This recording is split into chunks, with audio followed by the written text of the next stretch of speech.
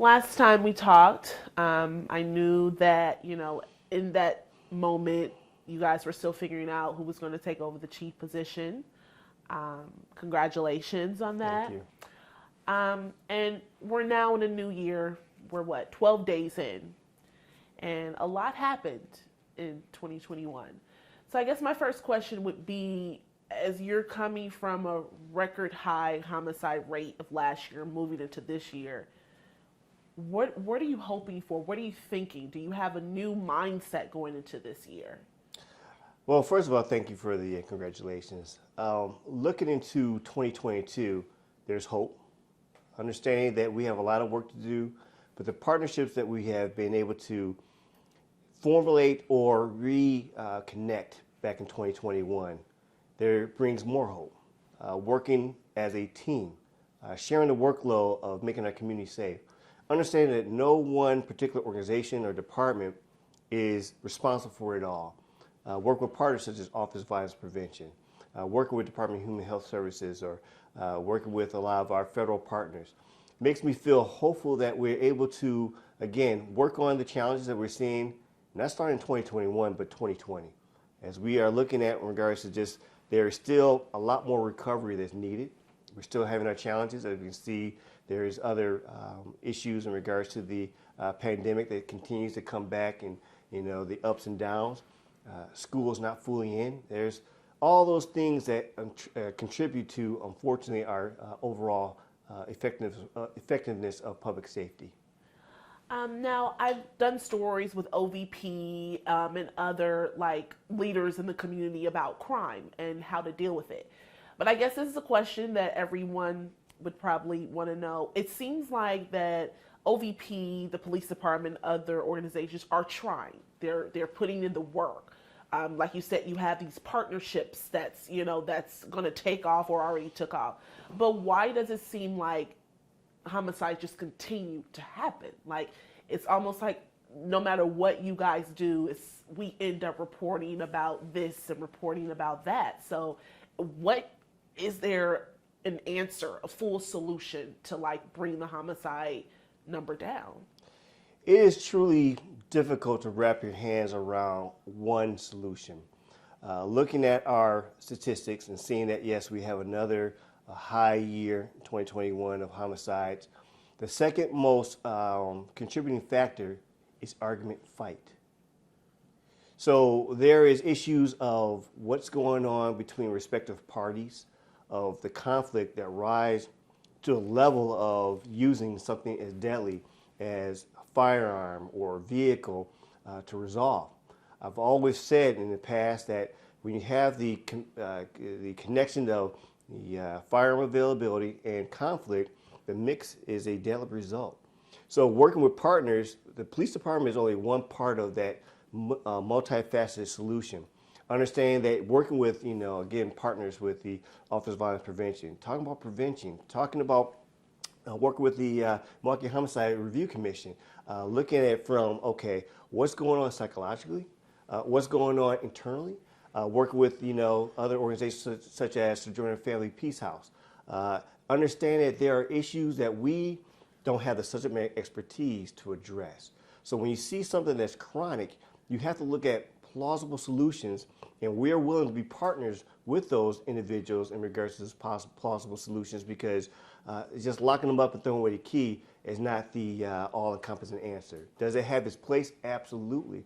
But we need to look at what other things that we can do to truly affect. I mean, again, the second most persistent contributing factor to homicides is argument fight. The third is domestic violence. So we still see things from a recovering economy, challenges in regards to our schools and whatnot. All these things contribute to frustration, anger, angst. We do have some mental health issues out there. So we recognize that part of our commitment is working with our partners, sharing the data, sharing what is the reasons that we are finding, because sometimes it is unknown. And that is a true challenge, trying to figure out what was a true reason for that death or that shooting.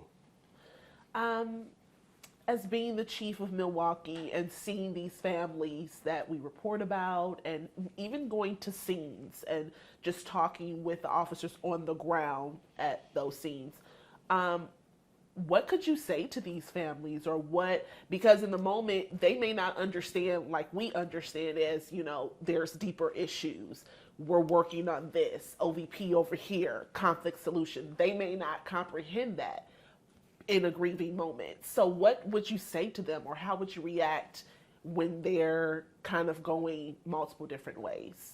Well, my heart is always out to any family of someone who is a victim of, again, a homicide or a non-fatal shooting. I believe that there is compassion needed, but please keep the faith. There's resources out there. There's multiple different angles of individuals and entities willing to be able to be of assistance. When we talk about, like I said, officer violence prevention, or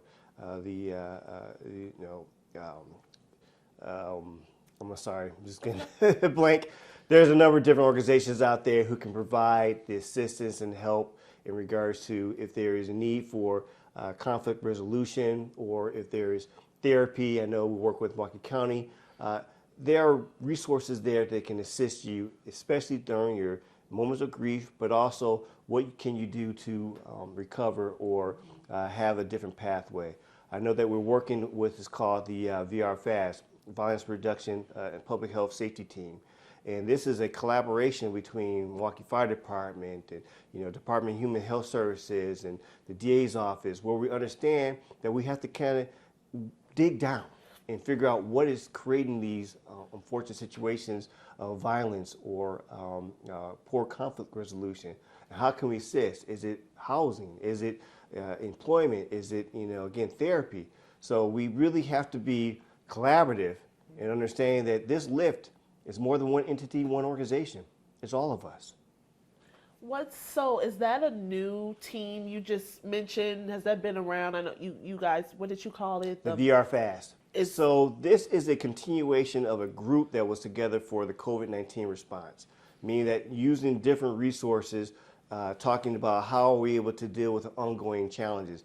This is a continuation of those same partners now working to dig into what is the cause of crime and also the issues that come from crime. And so having that different approach is another tool, another resource, another direction in regards to having an impact of what we just talked about. How do we utilize our collective resources to be able to address poor conflict resolution or other things that, contribute to, the crime, unresolved issues of housing or employment. And so this is more of real-time conversations with the respective partners, breaking down silos. We don't need to be in our own little corners trying to deal with same issues. We should be collectively talking. We should be communicating. This is a weekly thing. And this is, again, one more of the many resources that we're using as a multifaceted approach of dealing with our challenges with crime in the city. Now, I've also heard that, and I don't know, maybe this has changed since then, but maybe a staffing shortage of police officers. Is that true? Because another question comes to mind, do Milwaukee need more police officers? So we are dealing with some challenges of attrition. 2020 and 2021 start the ball rolling in regards to retirements. We're still coming out of a point where we had large classes during these time periods where they're eligible now to retire. So with the recent approval of 3 classes for 2022, assist with the replacement, not addition, of those who are leaving the profession after working their the number of years. And so it is a necessary need and resources. I always say we need sworn officers to do sworn things.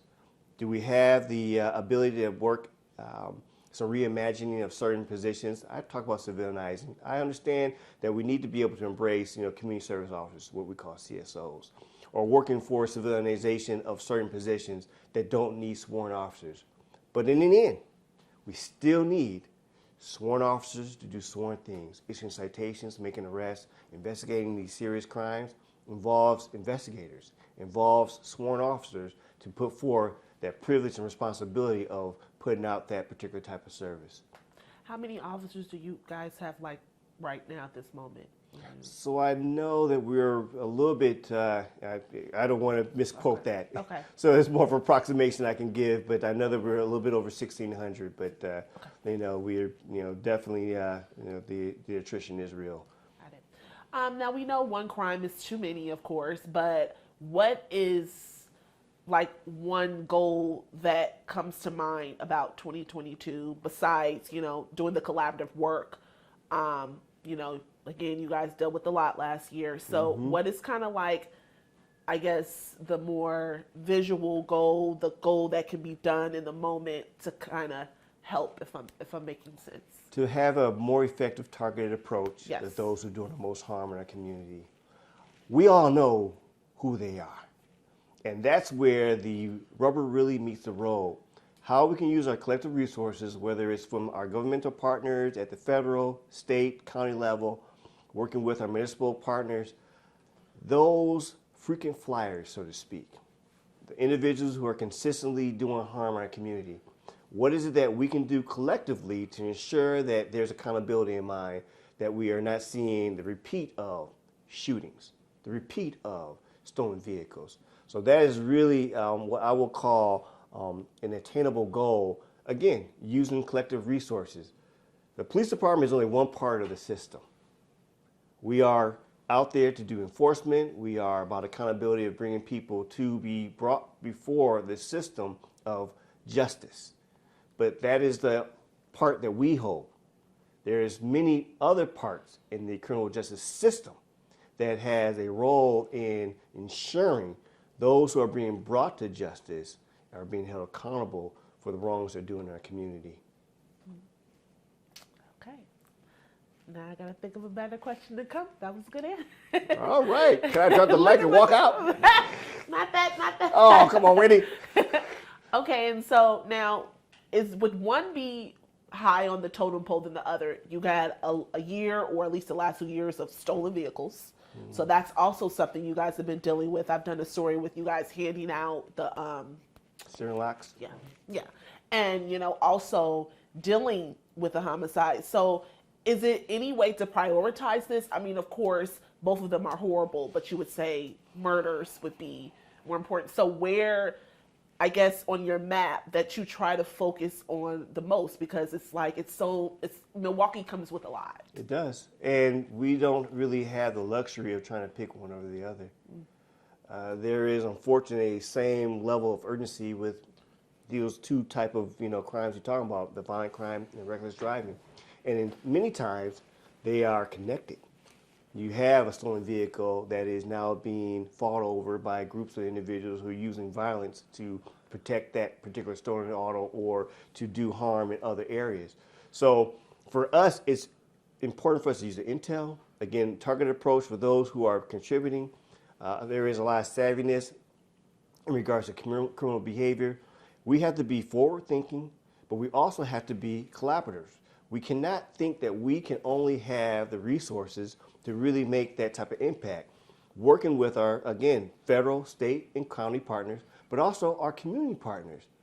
We are responsive to the information given to us through our community partnerships, whether it's the business community, the community stakeholders, the individuals who are doing the work on the road or in our neighborhoods.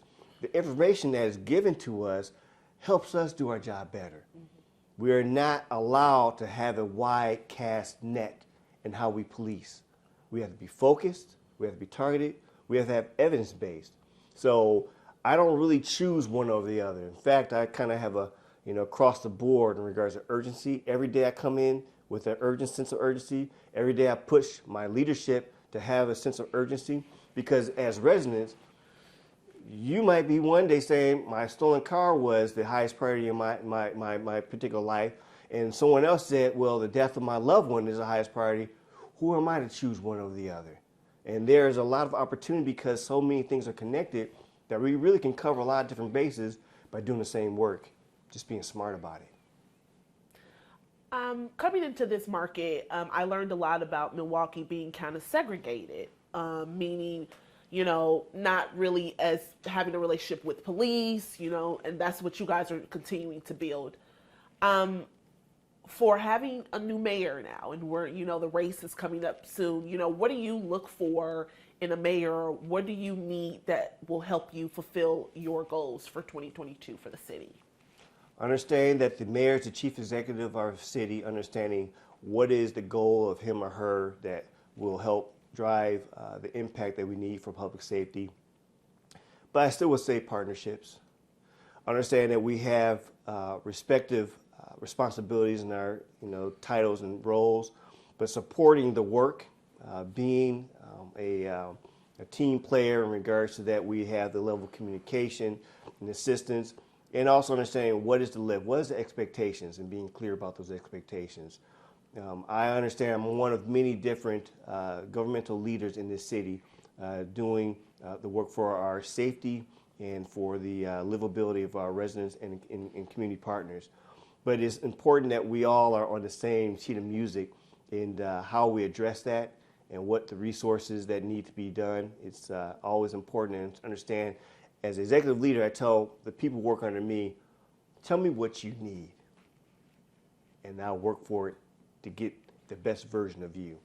So when I see whoever's in the mayor position, I will be that voice of what we need to get the work done that's the goal or the expectations for this city.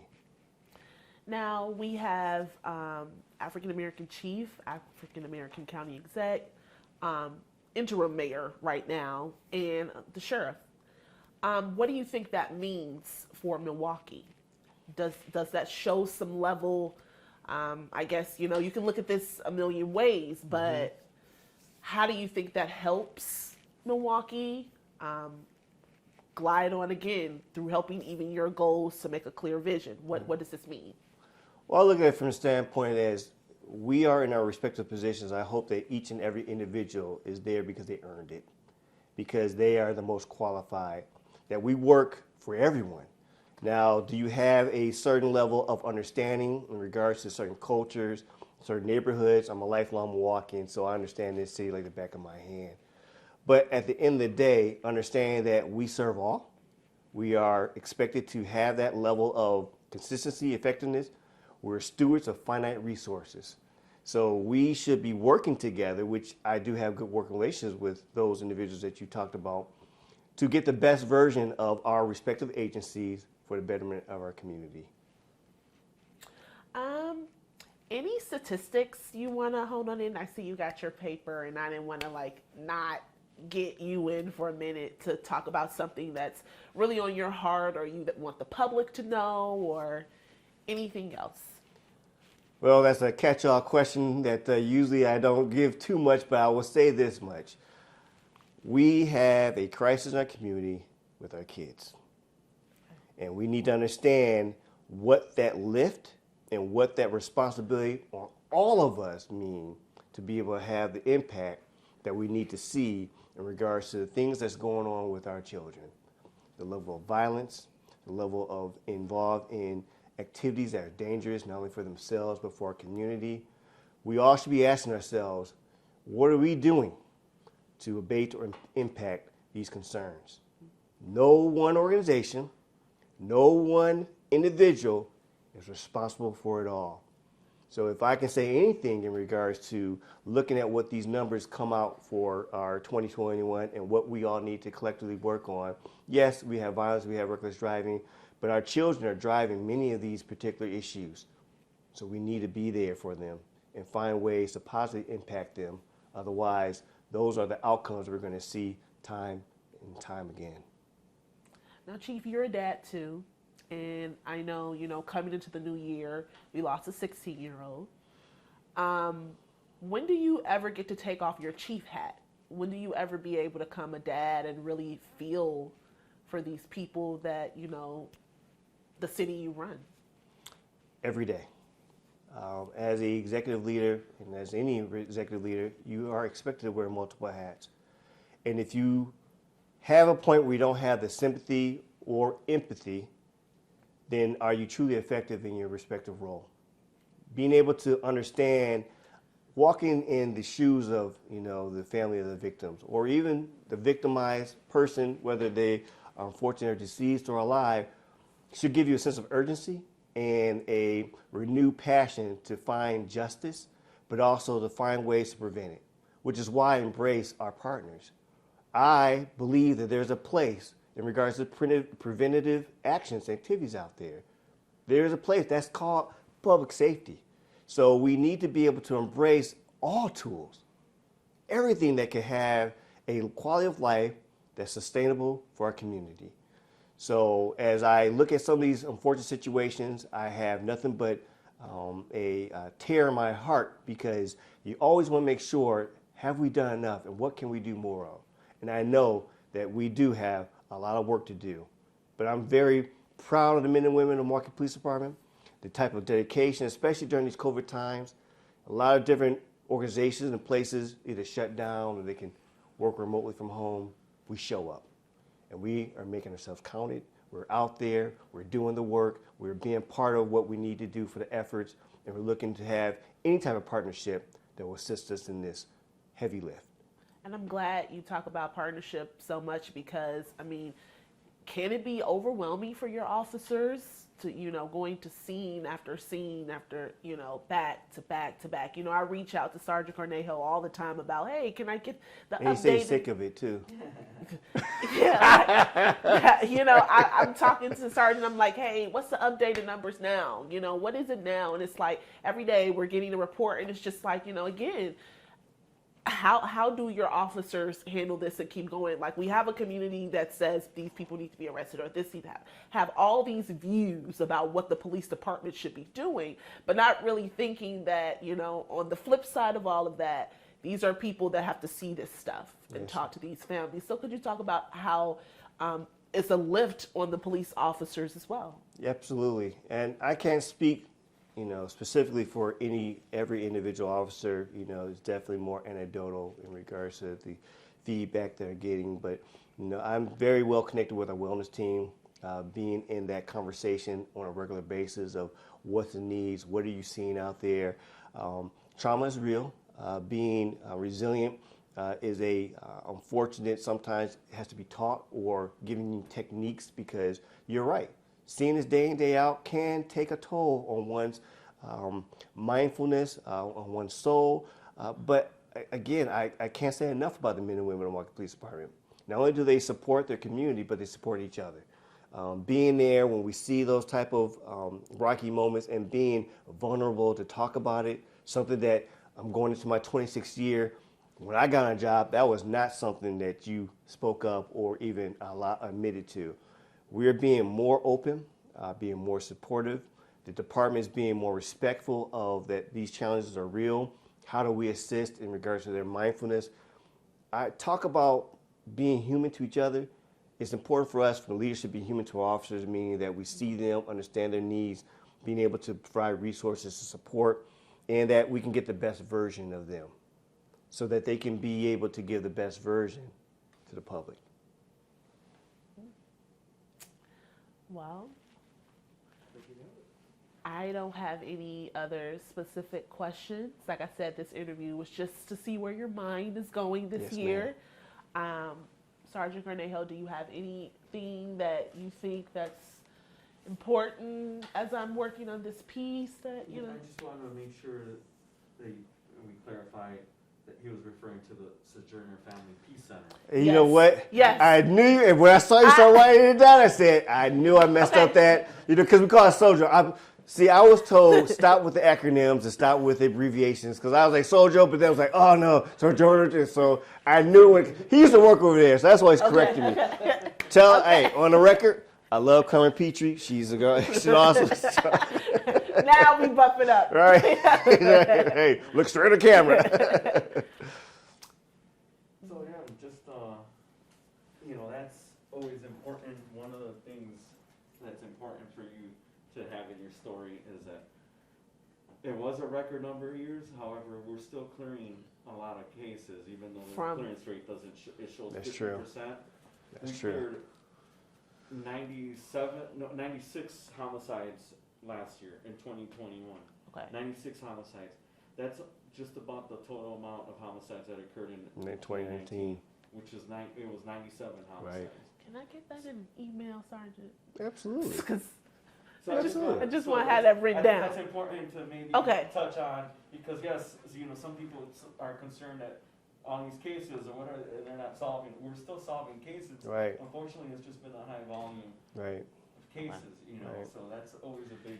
Did you want to say that, Chief, on camera, that you guys are still solving? You don't have to go into numbers because Sergeant got that. Right. But do you want to say something like that? Although, because some people may just look at the number and when we report the number, it's like, what? Right. But Right. can you explain just you guys are working? Well, it is a capacity issue. With finite resources, you only have so much. Being able to be at, be all, it's almost like a glass and you pour water into it. You can only fill the water up so much. So when we talk about regards to solvability and making those gains, there is that work being done. Again, like I said, the Milwaukee Police Department is doing a great job of working hard with what resources we do have, being able to continue to stay steady and to stay focused. But the capacity and it's been pretty a tough year, for all of us, 2020, 2021, especially when you compare it to prior years of the 2018, 2019. I know that for us, for 2021, we had what was a clearance rate around in the 50s. The issue is that when you have that broken down, when you talk about, I believe we had like 194 homicides, that's half. You're still, compared to the years before our pandemic, are in the line with what we were seeing. Even though one is more than, you don't want to ever say that 80 is a good year, because that is still a challenge of there somebody's loved one is taken away. But it gives you a context in regards to that. There has been some hard years of 2020 and 2021, and unfortunately, as we can see, 2022 is starting off to be a challenge still because of our. I believe we have some still challenges that we're working through as a community. And to put it in proper context, again, City of Milwaukee is part of what's called the Major City Chiefs. So we talk to each other, whether you're talking about Philadelphia, or you're talking about Dallas, or you're talking about Seattle, those numbers are high in all those respective places too. So this is not a singular, in a bubble of just looking at City of Milwaukee specifically. Across our nation, we're dealing with challenges that we're trying to wrap our arms around, how to best deal with it, how to best address it. And we are starting to see the pandemic, if any lesson came out, is that we have to work together if we're going to survive this. We have to sit there and say, what can you do to assist in this heavy lift? So yes, we are definitely working, with some huge challenges. But as I started off this conversation, I do have hope. Leadership should have hope. We should be looking for what is the silver lining in the dark cloud that we are dealing with these challenges.